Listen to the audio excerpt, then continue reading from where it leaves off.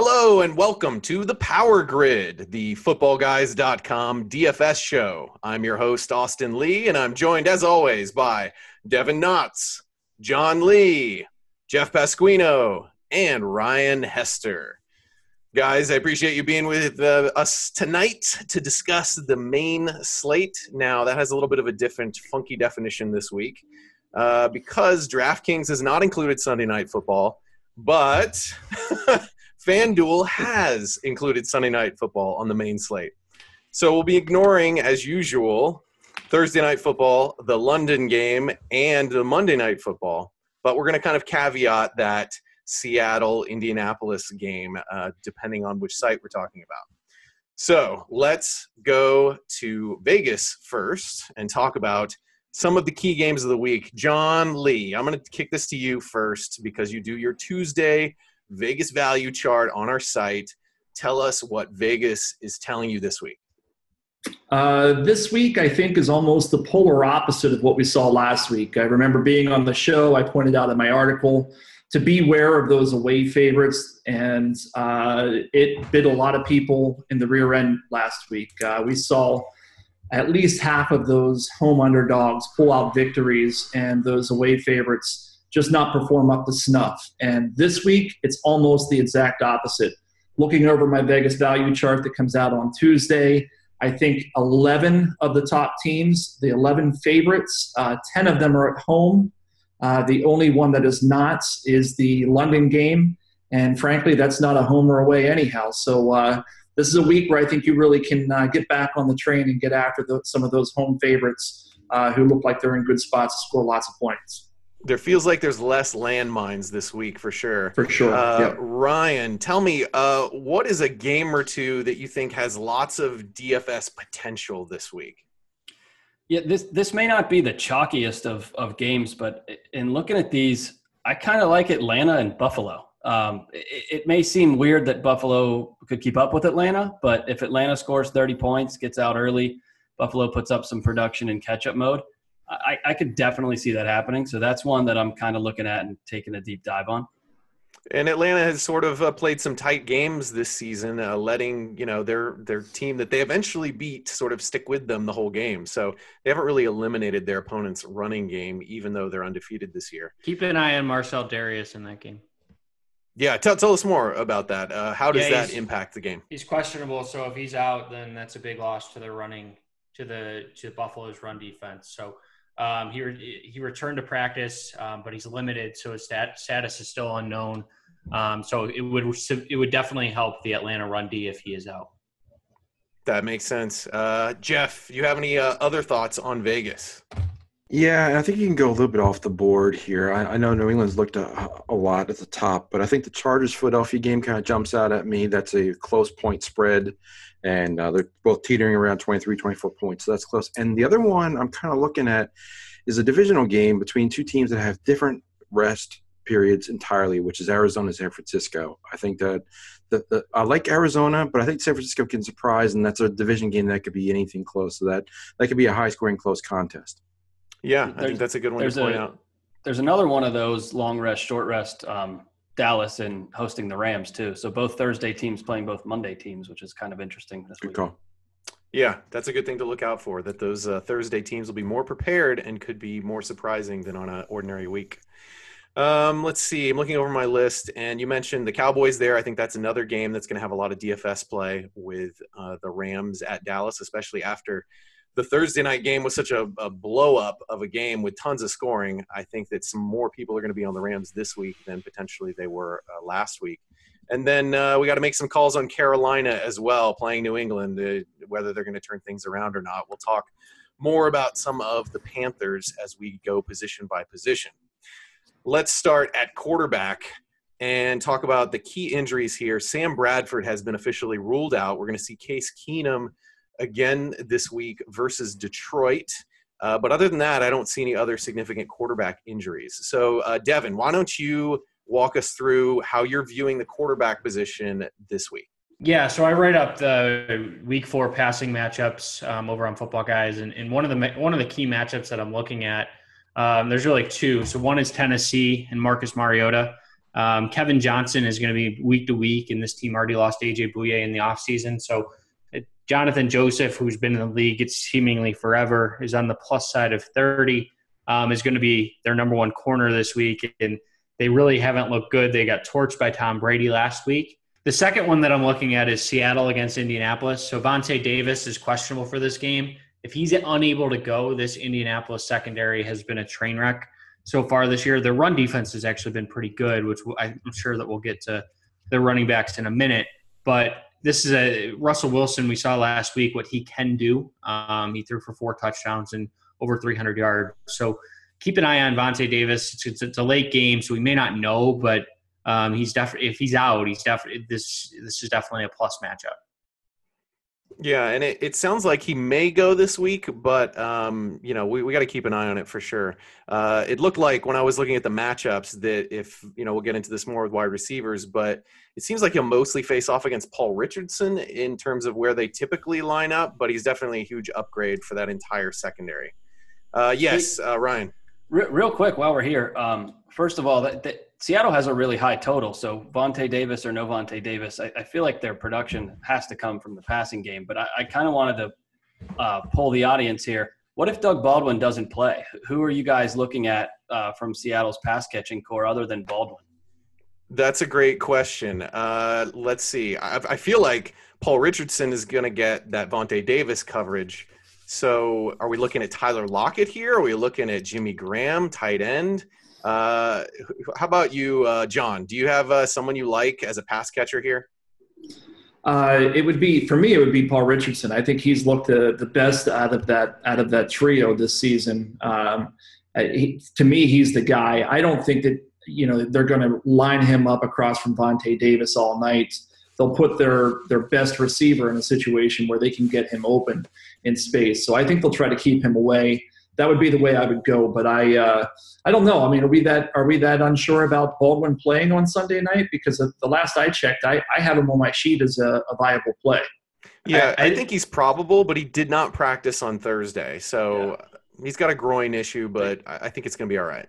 I think it's one of those scenarios that if they still had the probable tag, he would be probable. Yeah, exactly. And it's a tricky situation with him being, 6,900 on DraftKings. It doesn't even matter on DraftKings this week. What am I saying?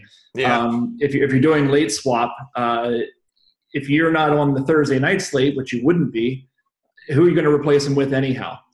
There really isn't a whole lot to like on the other side of the ball there. I think that you've really got to be careful. I would probably just fade them all together if you're concerned about that.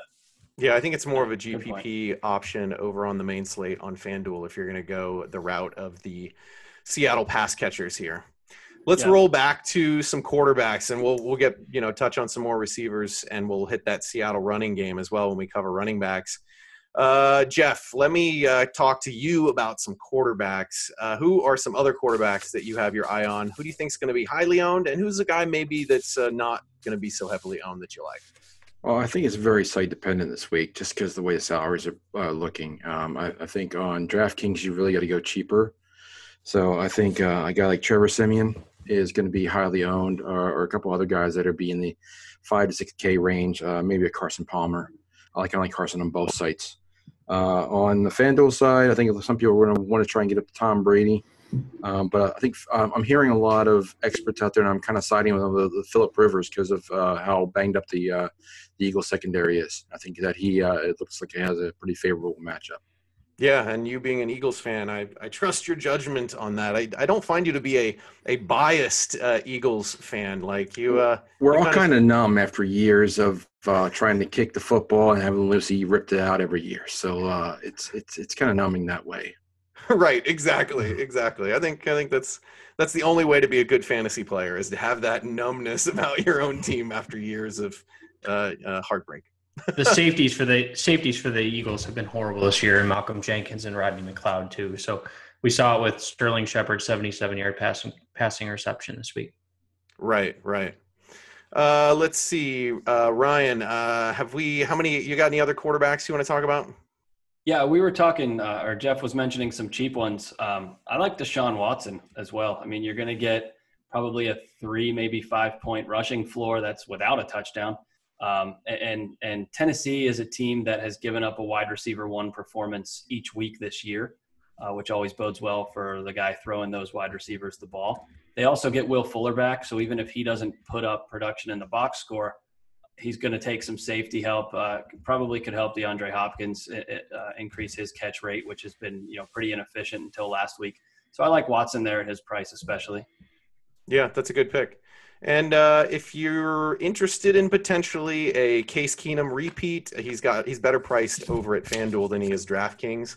I don't think he is a cash game play. I think that is not necessarily the real Case Keenum. I'm just saying he's better priced at FanDuel. Best college fantasy quarterback of all time, by the way. The highest scoring college fantasy quarterback of all time? Correct. Wow. He had a 9-touchdown game once. Yep. Holy cow. All right. Well, he's not going to get 9 touchdowns this week. Let's talk running backs, guys. There's quite a few injuries here that we're keeping an eye on, and a couple of guys who are definitely already been ruled out. Darren Sproles got a torn ACL and a broken arm on the same play. He's out for the year. So maybe LeGarrette Blount or Wendell Smallwood is in play here. Matt Forte is looking like he's on the doubtful side of playing this week. He did not practice on Thursday with a turf toe injury. So maybe Bilal Powell or Elijah McGuire is around there. We've also got Rex Burkhead, who's missed some time, did not practice Thursday. He doesn't look like he's going to go this week. And then there's a couple of Giants running backs that may not go this week, but we may not care. And then if you're playing the Sunday night game over on FanDuel, CJ Prosise has already been ruled out. Maybe that opens the door for more action for Chris Carson of the Seattle Seahawks. So let me talk to you, Jeff. What do you think about running backs this week? Again, site dependent. I think that on DraftKings, I'm kind of liking going 2 running backs and avoiding one for flex because I can't find anything that's cheap that I really like. I'm really leaning Christian McCaffrey. I think that he's going to be one of the only 2 viable targets for Cam Newton to get the ball. He can't throw the ball deep anyway, so he's going to see a lot of targets. I also like Carson Hyde, and I like Dalvin Cook. I think they're both really reasonably priced. Over on FanDuel, I'm leaning a little bit more towards either a Gurley or even better Ezekiel Elliott. But I think I'll stop there before I take all the names. But I think those are the guys I'm really looking for as far as cash plays. Yeah, and I think you mentioned some of the guys that are going to be highly owned here. Carlos Hyde, I think we'll see some ownership as a cheaper option, as well as McCaffrey. Ezekiel Elliott might be the highest owned running back this week in cash games, maybe on both sites. I don't know. Let me see the Black Eyed Joes. Who thinks Ezekiel Elliott is the highest owned running back across both sites this week? Wait, all right, Jeff disagrees, but hold on a second. Everybody else has green. And John, why are you holding green flowers? I'm confused. You don't like them? They're lovely. They match your eyes. John, you shouldn't have. They match the wall as well. Yeah, they do. I'm traveling this week, and I was not a great Boy Scout. I wasn't very prepared, and I forgot my Black Eyed Joes at home. So tonight, I'm rolling out with the posies. You have red flowers too? Oh yeah. I mean, I don't mess around. Wow. I think we found her still for the show here. We sure did. Yeah, we did. Oh, I think you are a Boy Scout. That is the thumbnail for the YouTube video for sure. You brought a great deal of beauty to the show, as always, John. I try. So let's see. You held up the green one. I believe it was – who was it? Was it Jeff that disagreed on Ezekiel Elliott being the highest owned on both sides? Tell me more. It's more about price. I just think that he's going to be hard to squeeze in. And I think there are people who are going to try and be targeting a little bit more expensive wide receivers. So I think they're going to try and go cheaper at running back. That's the only reason. I still like him. I just think they need better values. And as usual, the pricing feels tighter at DraftKings than FanDuel, especially when they eliminate a game that's got some good options in it for fantasy. And for that reason, play on FanDuel. I think that we'll see some people. Honestly, though, if you're upset about them taking it away, play on FanDuel, and maybe they'll change it back. Yeah. Fantasy draft is an option. Yeah, fantasy draft's another great option. And over on Football Guys, we've got multiple sites where we have both content as well as lineup building tools. We've got it for Yahoo as well. We've got plenty of options over there. So if this is the week you want to try something different, we've got something to support your different tastes. Let's see, Devin, talk to me about some other running backs that Jeff didn't mention. Yeah, I think you mentioned it, but Wendell Smallwood is a guy who at least I'm considering. He was on the field for 45 plays last week. He's in a pretty good matchup this week. So going against the Chargers, that they allowed 172 yards to Kareem Hunt last week. Joey Bosa, Melvin Ingram, and Corey Legit are good players, but the linebackers and safeties have really struggled on this team. So if Jason Kelce plays, and let me clarify that because losing your center can derail your rushing attack. But if he plays, Smallwood is a guy who at least I'll be considering. Yeah, and I saw Jeff, the Eagles fan, holding up his red, black-eyed Joe. You don't like Smallwood this week. Why not? I don't think he sees enough of the snaps, the targets. It's mostly going to when they throw short, they're really either looking to Aguilar or they're looking mostly to Ertz. So and they take him out. He's had one goal line touch all year long. It's all been to Blunt. So that's the big thing that scares me as well. Sorry to cut you off there, Jeff, but I agree with you. I think I had Smallwood on my short list, and then the more I looked at it, he's just not getting anything around the goal line to merit getting him into cash games. I think he's fine as a GPP play, but if I'm going salary relief and I'm looking at my cash game list right now, I'm not going below 6.5K on DraftKings this week. I think you can't because it's really risky. But if I were, it probably would be Andre Ellington, who's getting the third down pass catching role there in Arizona against San Francisco at 3,800.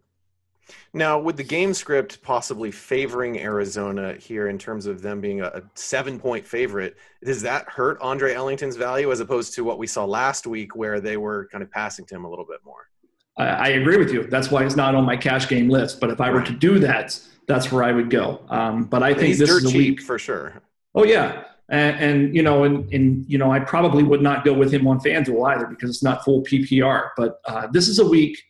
Just drilling down to the bottom line here, I think you got to go fairly heavy at running back this week. The lowest guy on my list is Dalvin Cook, who I think is an excellent play, as somebody's already pointed out. But there's not a whole lot of value to be had as of Thursday night, the night we're recording. So just know that it's going to be tight this week if you're trying to find value at the running back position. Yeah, and Dalvin Cook had 32 touches last week, so he's getting the volume there. But with Sam Bradford out, you never know if that's going to be an effective amount of volume. Ryan, it looks like you've got some running backs on your mind. Yeah, I just building off John's comment, you used kind of 6K as a cutoff.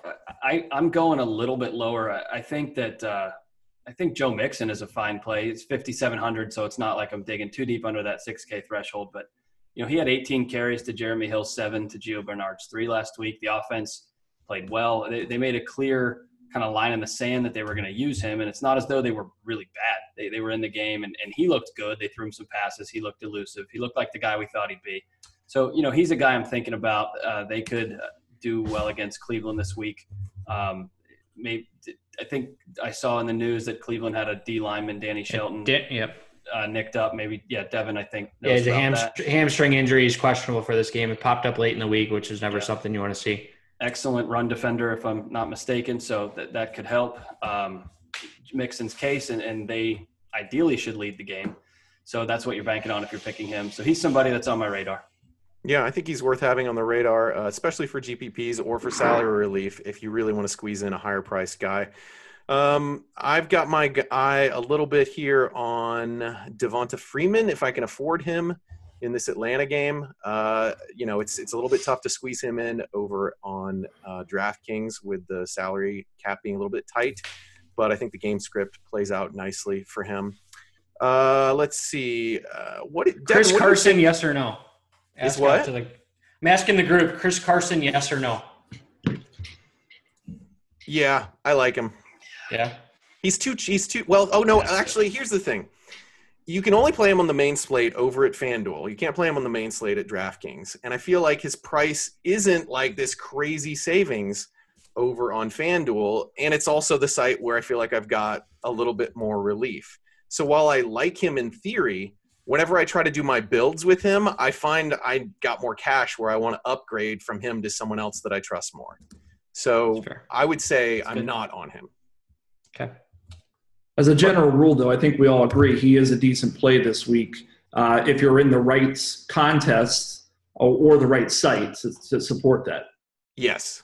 Yeah, exactly. I think in GPPs I'll have exposure to him because I'll want to mix it up. But, ordinarily I'd want to put him into a cash game lineup. I just have other options in the same price range that I also like. Let's see if how about LaShawn McCoy? Do people like LaShawn McCoy this week? Are you able to get him into your cash game builds? That's the bigger question. I'm having trouble finding the cash for LaShawn McCoy when I really want Ezekiel Elliott instead. Are people finding LaShawn McCoy in cash lineups? No, more of a GPP play for me, only because he's that salary pivot from Elliott, and we all know running backs against Atlanta, right? So that's the reason I like him. Yeah. Let's see. A couple other guys that I kind of like this week. I think you have to take a look at Leonard Fournette in GPPs. And I'm looking down my list to see if there's any other guys. I saw some nods and green black-eyed Joes on some of that. I'll probably have a little bit of exposure to CJ Anderson as well, although I don't like him as much as most of the other names we've mentioned this week. Let's go to wide receivers. We've got a lot of ground to cover here. We've got Kelvin Benjamin was limited in practice Thursday. His injury last week looked pretty bad, but it sounds like he's got a chance to play this week. If he doesn't, I think it puts Devin Funchess in a good position against New England, probably in comeback mode, playing from behind here. Will Fuller is going to return from a broken collarbone this week, hopefully take some pressure off DeAndre Hopkins. I don't recommend Fuller as a play himself, but I think it will hopefully steal a little bit of attention away from Hopkins. We talked about Doug Baldwin already. He did not practice Thursday, but it looks like he's going to play. And, keep an eye on Vontae Davis. Those are my notes about injuries. John, tell me about receivers. Who do you think the chalk plays are this week? Coming off of that big Monday night performance, I don't think anybody will be higher owned than Larry Fitzgerald again.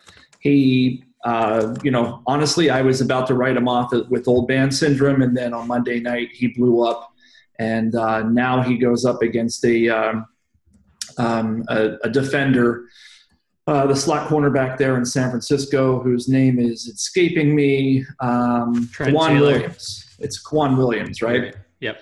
And Quan Williams has been terrible in coverage this season. I think a lot of people are already aware of this. He gives up, I believe, 6 inches in height. So they get inside the red zone. You can bet that Fitzgerald's going to be looked after. He's definitely the chalk this week. I think followed closely by A.J. Green, who has another stellar matchup there in Cleveland. So those are the two guys you need to be deciding between. And again, going back to DraftKings, if you're spending up at running back and you're looking at these guys, you're going to have to make some tough decisions. And it might be a week where you build multiple cash game lineups just to diversify and try to make sure that you have exposure to everybody in good situations. Yep. I think those are good calls. Ryan, who else you like at receiver? I like Julio Jones. I talked earlier about Atlanta and Buffalo. So I wrote this up. I kind of came across it for my trend spotting column this week. But the average NFL team has allowed 4.4 touchdowns, passing touchdowns this year. And 31 NFL teams have allowed at least 2 passing touchdowns. So that's all but one team. Buffalo is that one team. They've allowed 0. And Julio Jones is one of the few top 24 wide receivers without a touchdown. So we know he gets a ton of targets. We know relative to his teammates, he gets a lot of targets. And we know he's an excellent player. So kind of a double regression play there. I think Julio Jones scores a touchdown, and the only cap to his upside this week is if Buffalo can't keep up and he doesn't have to play a lot in the second half, similar to what happened against Green Bay in week 2. And definitely check out Ryan's article over at Football Guys every week. The trends are illuminating, and sometimes it points to guys who are not really sort of hot in the the DFS circuit, so you can find some lesser owned guys. I think that's a good recommendation. Devin, who else do you like at receiver this week? I like the Denver receivers. So we saw that last week that last week was Sunday Night Football where Jamison Crowder had a pretty good game against Oakland. But on the season, Gary Conley, the rookie, and David Amerson haven't been great. They've struggled a little bit. So Emmanuel Sanders is probably my favorite going up against Amerson. But I like Demaryius Thomas as well in this. I like Sanders better as well, but I could see playing either one of them. I think Keenan Allen's also going to have some pretty heavy ownership this week. See a lot of green, black-eyed Joes, and one set of green flowers. So I think people have heavy ownership of him. People will maybe find a way to fit in some New England receivers into their lineups, especially in GPPs. I think it's going to be hard to pay for Tom Brady in cash games, but I think people are going to reach for those stacks in tournaments because of recency bias, and hey, they're good players. One more deep threat to throw out there. Yeah. Travis Benjamin is a guy who I really like over Keenan Allen actually. Huh. So I mentioned that the Eagles safety struggle have been struggling in pass coverage. So and we saw Sterling Shepard get behind them. Travis Benjamin is a guy who when he catches the ball, it's normally going to be a deep shot. So he's a guy I'm taking a look at this week. Huh. Yep. Yeah, I could see that. I like Allen more, but I think in GPPs you're gonna have way lower ownership on Benjamin, so that's a good call. What do you guys think about Buffalo pass catchers here? If they're playing from behind, show me the black-eyed Joes or Flowers. Is someone like Jordan Matthews a GPP play this week? I got green from me and from Ryan, and I got red flowers from John and reds from the other two guys. John, tell me why we should avoid the Buffalo pass catchers this week. I mean, the price is right. I'll at least give you that much. The price is definitely right. If you want to stack the game for a GPP purpose, I don't necessarily have a problem with it. But we really have not seen a whole lot from this pass receiving crew outside of maybe Charles Clay. If you wanted to go Charles Clay, I could get behind that. But, Zay Jones, I had a lot of, enthusiasm about him coming into the season. He hasn't done well at all, hasn't been targeted. Matthews, he's been hit or miss. And so, it gives me pause to think about going with those guys. I think Charles Clay is the guy. If you want to stack somebody up with Tyrod, that's the way you go. And I think he can be had for, looks like 3,700 on DraftKings this week. So that's the way I would go. Yep, that makes sense. Let's see. Let's imagine a world where Kelvin Benjamin is out again. Is Devin Funchess a cash game play? I want to see black-eyed Joes on that. Against New England. No, I got reds. No, everyone hates that idea. Okay, just had to check. Although the red flowers did make me feel better about bringing it up. Yeah, that's a good call. We may have to make that a permanent thing. I'm taking these home with me. Yeah, definitely. I won't tell the people you're renting the house from at all. And it's not logged on video. Let's talk about tight ends here. This may be a place where you're looking for salary relief, especially over at DraftKings. We've got Tyler Eifert, who's out with a back problem. We've got Delaney Walker, who didn't practice on Wednesday, questionable with a hamstring injury. And then it looks like, surprise, the Ravens tight ends are having trouble getting on the field. Ben Watson was limited on Wednesday and then didn't practice on Thursday. And then Max Williams has already been ruled out. Let's see, Jeff, do you have any interest in any of these injury situations? Does this open any doors for any other players? I think we talked a little bit about Tennessee earlier, and I kind of like if Walker is out, Jonnu Smith has 2 touchdowns this year. So I think he's a great throw in there, especially in GPPs.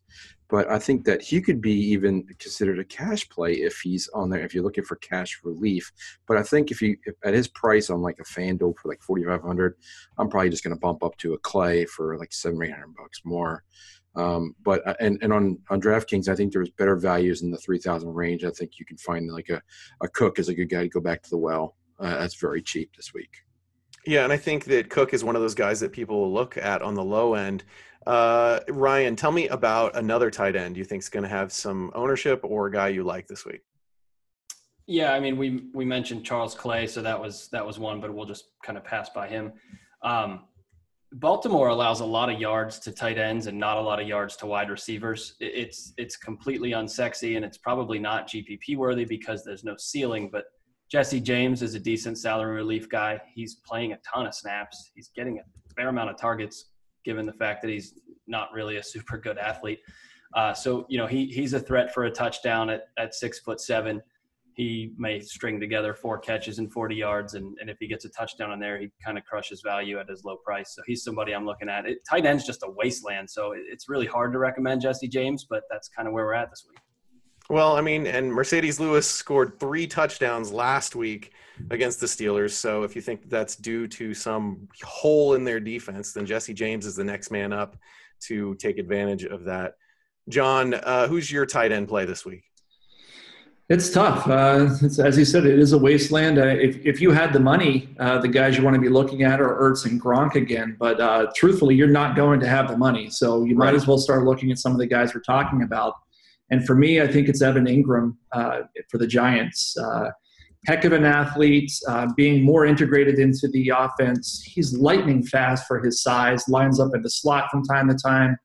And he's going against the defense I think is very susceptible. So he's a guy that I'll likely have in my cash games. And then from a GPP's perspective, don't sleep on ASJ, Austin Seferian-Jenkins, this week. He finally came back last week. He was targeted more than any other Jets receiver. He had 6 targets on a limited number of snaps. And this week I suspect he'll get some more looks. If the Jets are going to score, 18 implied points, I would have to think that he's got to be involved in some way or another because there's not a whole lot to like elsewhere. I like the shrug that Jeff gave while he said Jets targets as if they were like – Jets target. That's like best flavored cauliflower. Awesome. Yeah. $3,000, guys. $3,000 and $4,800 on FanDuel. Super cheap. And GPP only, but he should go under owned. I'll take Cook over him. I think he probably has he's got touchdown upside. He does. Yeah, it's fair. Cook. Devin, who else you got at tight end? I think a lot of these guys have been taken. The only other guy I have on my list is Eric Ebron going up against the Vikings. So the Vikings haven't been great against the tight end. They've allowed 131 yards and 2 touchdowns. I'm trying to find a way to talk myself into the Giants or one of Tampa Bay's tight ends, but I just can't do it. I mean, OJ Howard's out snapping Cameron Brate against the Giants, who haven't been good at all against the tight end this year. So maybe one of those is like a deep dart somewhere, but I don't know. I think we've mentioned pretty much everybody. The last one I'm going to mention is Jason Witten. I think he's coming off of a terrible game last week, but I've seen him heavily involved in the offense this year, kind of in his usual old man Witten ways. I think he's a guy worth considering as well. And the Rams have been good against tight ends, but that's a little misleading. They really haven't played many. So I like that too. And that's the tricky thing about this time of year. You sort of have to like filter through the limited amount of data we have, but we're getting just on the cusp of having enough to start seeing trends. So you have to kind of, figure out what are the real trends and what are just like, not enough data yet. You guys aren't like me and overreact after every single week. And throw glasses at the wall.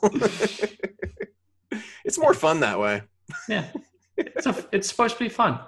Yeah, exactly. If you're not breaking glasses against a wall, what's the point? Yeah. One point about Witten, though, is that, and this goes back to one of the articles you put together, Austin, about the site comparison. He's really expensive on DraftKings, relatively speaking, compared to some of the other values. But on FanDuel, he's much more affordable. Yep, and that's a good point. And I think that I feel like more than most weeks, you really have to do your homework one site versus the other if you're playing on both, especially with the fact that there's no Sunday night game on the main slate over at DraftKings. Red Black Guy Joe from Devin. Let's talk about defenses and kickers. Let me see your Black Eyed Joes or your flowers. I want to see some red flowers, John. Tell me, do you want to talk about defenses or kickers? All right, we've got Ryan saying he wants to talk, and I know that Pasquino's always down. So, Ryan, we'll go to you first, and then we'll let Jeff play cleanup on everything else. Yeah, this might be more of a GPP play. People don't like to play defenses against explosive offenses, so not a lot of people likely to be on Baltimore this week, but M&T Bank Stadium has been a house of horrors for Ben Roethlisberger. So in his last 9 games, his average weekly QB finish is QB 20 there. And that's actually buoyed by a rushing touchdown last year, and he's had 2 of those since 2010. So I don't find that repeatable. He's just not good there. We know he's not good on the road, and Baltimore is kind of the home roadiest of his home road splits. He's awful there. So Baltimore could sack him a number of times, could maybe have an interception. That game could be an old school Steelers-Ravens low-scoring slobber knocker type. So I like them, and I think they might be low-owned. Yeah, and I think the Steelers are one of the sort of lowest implied total favorites of the week. So Vegas definitely sees this as a bit of a slugfest. Jeff, hit us with some defenses and kickers, and then I might throw in a couple afterwards. I think 2 of the chalk ones are going to be Jacksonville and Seattle. I think if you can afford those guys, maybe Cincinnati. I'm going to stay in that same game with the Baltimore. I think that's going to be an ugly game, but I really like the Pittsburgh defense. I think Baltimore can't do much of anything, and they got blown up terribly bad by Jacksonville last week. I think the Giants are a decent GPP play. And one other weird GPP play, I think Atlanta could look pretty good against Buffalo. I think that they could get a lot of sacks and turnovers this week. I don't trust Tyrod Taylor against that defense right now. Yeah, that's an interesting range of GPP possibilities as well as sort of chalky plays. I think Jacksonville's probably going to be the highest owned across both sites. And then over on FanDuel, you can play Seattle. I think you're going to have sort of split chalk between Jacksonville and Seattle over there. But I like Cincinnati as sort of like the next sort of tier down in terms of defenses, like you mentioned. Talk to me about kickers a little bit, Jeff. Who are your favorite guys that sort of fit your kicker criteria? I looked at the kicker criteria, and there weren't a lot of guys that were cheap. So on a week where you're trying to save a little bit of money, I think and I know that Devin knows this name's coming, but it's going to be Phil Dawson. So Power Grid Bingo! So Phil Dawson is my guy. I know that my GPP kicker last week hit a 61-yarder to win the game. So, but I didn't get a chance to print out his picture and put it behind me. But Phil Dawson. If you print out a kicker picture, though, I don't think we can keep you on the show. I don't know. I don't think we can do it. The episode last year, I had. Oh, I thought it was just Pitt. I apologize. I had Tucker. No, I totally buy that. Like, you have to have a kicker picture. That's fantastic. That's perfect. Or a bobblehead. You're the only one that can pull it off, though. That's for sure, Jeff. Exactly. Thank you. But I think, all kidding aside, I think Phil Dawson is in a great spot again to score a lot of points. He's got a big leg, and Arizona can't run the ball inside the 20 unless they throw it to Fitzgerald. So I think he's going to get plenty of points this week.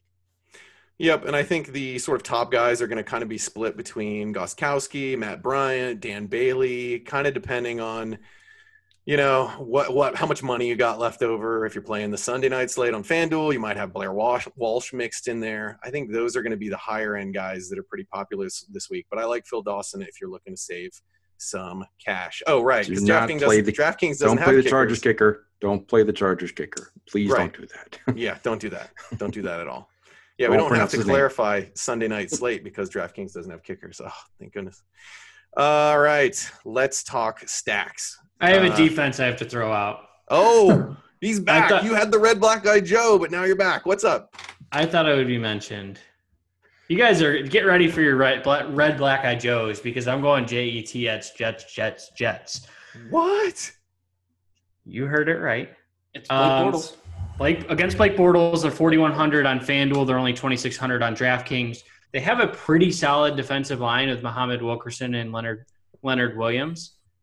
It's not something I'm going to do in cash, but I think it's something that should at least be considered in GPP. We're trying to save money. Blake Bortles likes throwing the ball to the other team, and they can get some sacks. So they're a defense that I'm looking at this week. All right. Okay. I mean, they're the favorite. They're the favorite with the lowest implied total. So I'll give you that. And they're one of the cheapest defenses. Like, we're trying to save money. We keep bringing it up. Why not? But aside from that, I really don't like the call. Okay. Tell them how you really feel. Let's talk about some stacks. John, tell me about some stacks, whether it's, quarterback receiver or running back defense. Tell me about a stack and whether you think it's going to be highly owned or if it's more of a GPP low ownership move. I think one of the higher owned stacks of the week, at least in my mind, will be Carson Palmer to Larry Fitzgerald. I just love the matchup there for all the reasons I talked about earlier. And it's fairly affordable on a week where salaries are kind of tight. So that's another reason why I think ownership will be driven up. As far as other ones that might be lesser owned, two quarterbacks I'm looking at this week, Eli Manning and Phillip Rivers. I think you can pick your favorite receiver there. For me, Odell Beckham, Devin, I will have some shares of Odell Beckham this week. So, I know it's in your contract that when I'm on Odell Beckham that I have to share with you that I'm on him. He's definitely a guy that I like this week. But I do think if you really wanted to go cheap over there on DraftKings, I have zero problems spending $8,700 on a stack between Eli Manning and Evan Engram and being able to spend up elsewhere because I think that has a lot of upside. John is the Odell Beckham whisperer. We require that. That makes me so happy. The reason he's the whisperer is because the live final where Devin, Jeff, and John were all in it together. That was the night of the catch, and John had Eli and Beckham stacked and won that live final. And it knocked me out of first place. So ever since then, he has to tell me when he's starting Odell Beckham. Yes, exactly. And I think you make an interesting point about Palmer and Fitz. I think that's a stack you can play in cash even because I think it's going to be heavily owned and has a high floor. Ryan, who are some stacks you like this week? Yeah, building on what John said, you can go so many ways in that Giants Tampa Bay game. You could take either quarterback and go with Odell Beckham. You could toss Deshaun Jackson in there, who's in a similar spot from last week, where they're facing a really tough number one corner and a less than tough, to be fair, to be kind, number two corner in Eli Apple. So even though you don't love, for contrarian's sake, taking guys off a big week, Jackson is in the same spot. So maybe look to him again. You could also go with Engram, any number of guys, Cameron Braid or O.J. Howard, because Giants are poor against tight ends. But getting off of that game, I mentioned earlier the Atlanta-Buffalo I like. So even if a cash plus situation, you could maybe go Matt Ryan, Julio Jones. And then if you wanted to get a little contrarian, toss Jordan Matthews, maybe even LaShawn McCoy in there because he's kind of game script proof. But the cheapest one I like, another sneaky shootout potential is Tennessee at Houston. So Deshaun Watson to DeAndre Hopkins and running that back with Rashard Matthews, who showed last week he's clearly Tennessee's number one receiver. So that one is a good one too, and I'm not real sure, where the ownership would or that the ownership would be too high on that one. Yeah, that's picking. I like how you're picking the matchups there and not necessarily playing the usual number one, because I think some of the usual number ones do have the tougher matchup this week to the point where you want to pick the second guy. Jeff, who else you got stacking this week? I'm going to build on a lot of what the other guy said, and I think this is a week where kind of what you just said, Austin. I think you should take two targets and go with a threesome for your stacks in a lot of areas. Like, for example, for John mentioned Odell Beckham, and he mentioned Engram, and he mentioned Eli. I put all three together in my stack. I would also, on the Carson Palmer stack, I put Jerron Brown in there, especially if J.J. Nelson's out. He's banged up either way, but I think Brown had a very good week last week, so I would put him in with Fitz and Carson. And to round it out, Tennessee, I like that stack, but I throw Smith in there if he's going to play tight end, put with Rashard Williams, who I also like. Two others I like. I like the running back defense stack for Jacksonville. I think that you have Fournette and Jacksonville defense. And Denver, I like both star wide receivers out there. I like you got Sanders, you got Demaryius Thomas, and we mentioned Trevor Siemian. All three of those guys make for a lovely stack. Yep, and I think that triple stacking is viable, especially if you're in a more top-heavy or bigger contest. I think that trying to sort of blow the roof off of that is a big deal. I got one more. I'm sorry, but one more I should mention, and we haven't mentioned him. I don't think we mentioned him all day. Cam Newton.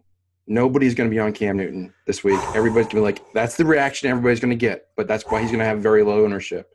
He's going to throw short. He's going to throw to Christian McCaffrey, and if Funchess is the main target, that is a very, very cheap stack. And that New England defense, everybody says they stopped on their one target. They haven't done it all year.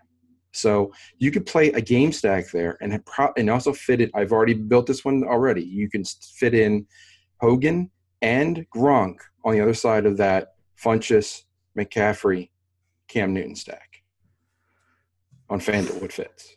Do we really think we're getting 70-plus points in another New England game? I mean, it could happen, but it just seems like that was last week. I don't know. Is it more likely than a 5% chance? I think yes, and that's where you're going to have Cam Newton's ownership. Good point. It'll be low. Mm-hmm. The thing with Cam Newton is I feel like I used to be in this place where it was like he's got that potential to sort of like blow up at any point. He could get 2 rushing touchdowns and 50 yards to go with some passing. I don't think that's the Cam Newton we have right now. Understood, but I think that's why it's so hard to see the upside. He's very close to the not good at football tag. But Devin, you pointed out last week, and I know that Russell Wilson is good at football, but you were going to play him until he hit, and he hit last week. But all I'm saying is that those 5 players fit one game script. You build one lineup on that one game script for those 5 players, and all you're just asking is, please, Lord, let Cam Newton have one more game. I see the theory. And I used to put him in the same category with like the Russell Wilsons and the Marcus Mariotas, and I just don't see it right now, especially. I put maybe him next in the season. Jacoby Brissett category more than the Russell Wilson. Just watch that game back. See how bad he looked last week. His accuracy is so bad right now that I can't do it. I mean, I understand that. I understand the mentality entirely. This is entirely based on game theory. Yeah, he will be low owned. I get it. When coaches say he's doing mock throwing in practice instead of real throwing, though, is it like throwing air? He's throwing 5-yard tosses to Christian McCaffrey 12 times in that game. His real throwing looks mockable at this point. Yeah. I think if you are going to stack him, I do like the McCaffrey call because I think that's the way it would work out. Mm-hmm. I'm most nervous about the Funchess calling all 5 of those, to be honest. Yeah, that's probably the piece of it that I would be the most nervous about as well. I'm going to throw one real quick. Yeah. Des Bryant, Dak Prescott. Everyone's going to be on the running game. So it's a nice contrarian play against Tremaine Johnson, who has been okay this year, but hasn't been a guy who, Des is close to matchup proof when they throw to him, and he lines up at pretty much every position at wide receiver. So everyone's going to gravitate towards Elliott. You could look at Dak and Dez. Let's see. You guys have mentioned a lot of great ones here. I'm going to go to one that is sort of my Cam Newton-ish stack. I'm going to say Matthew Stafford and Galladay as a stack. Galladay, celebrate. Because Marvin Jones, I think, is going to see a lot of Xavier Rhodes. I don't want to go that direction. I think Galladay has a lot of height on these cornerbacks in Minnesota.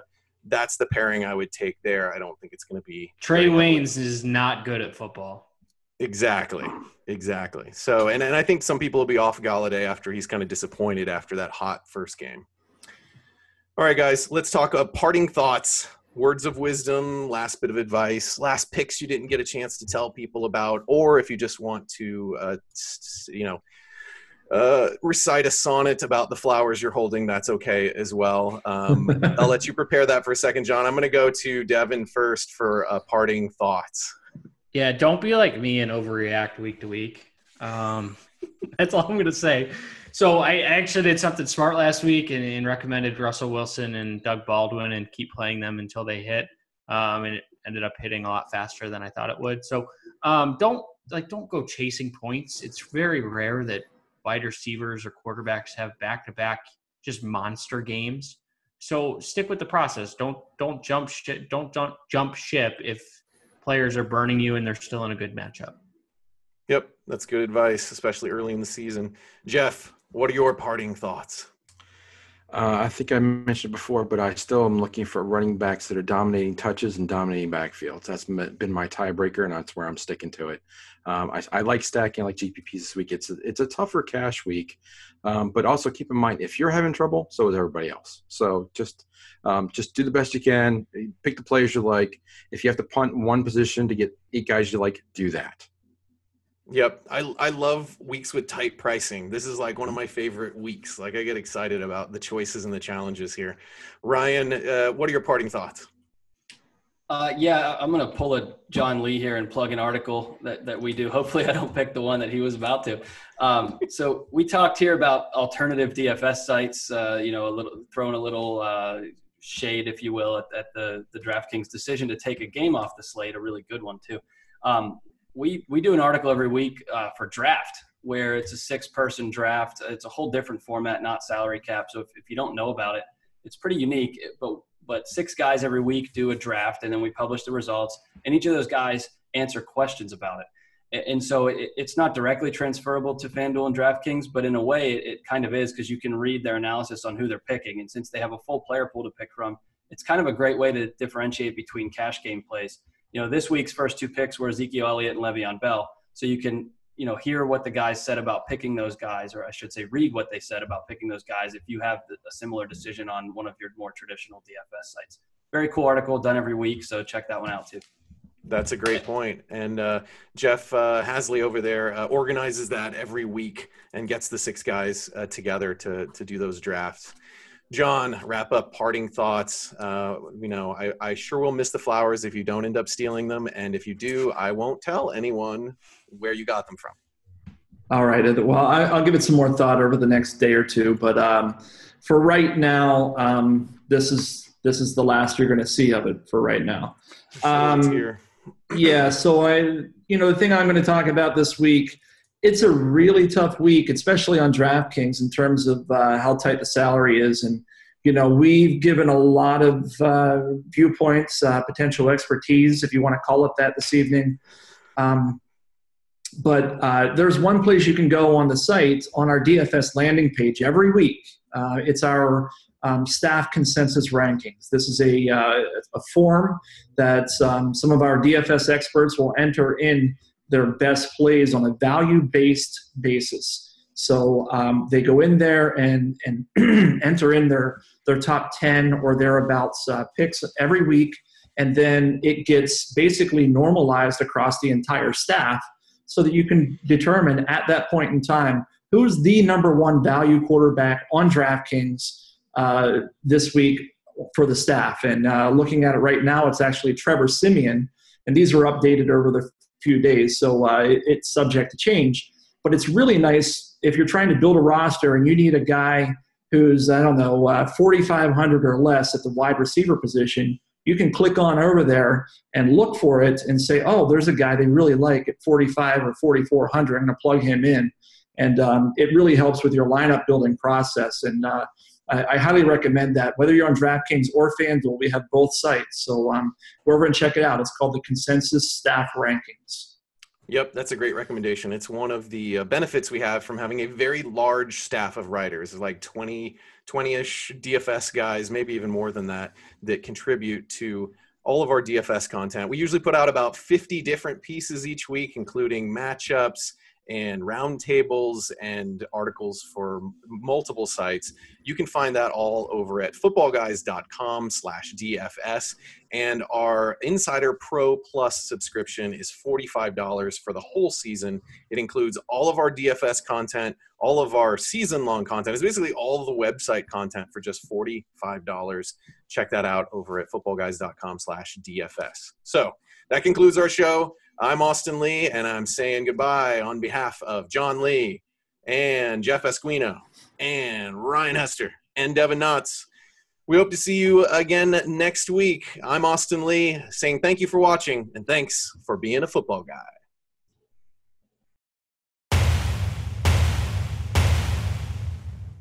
To check out all of our DFS content over at footballguys.com, click on the icon in front of Ryan's face. To subscribe to our Football Guys TV YouTube channel, be sure to click on the button on John's face.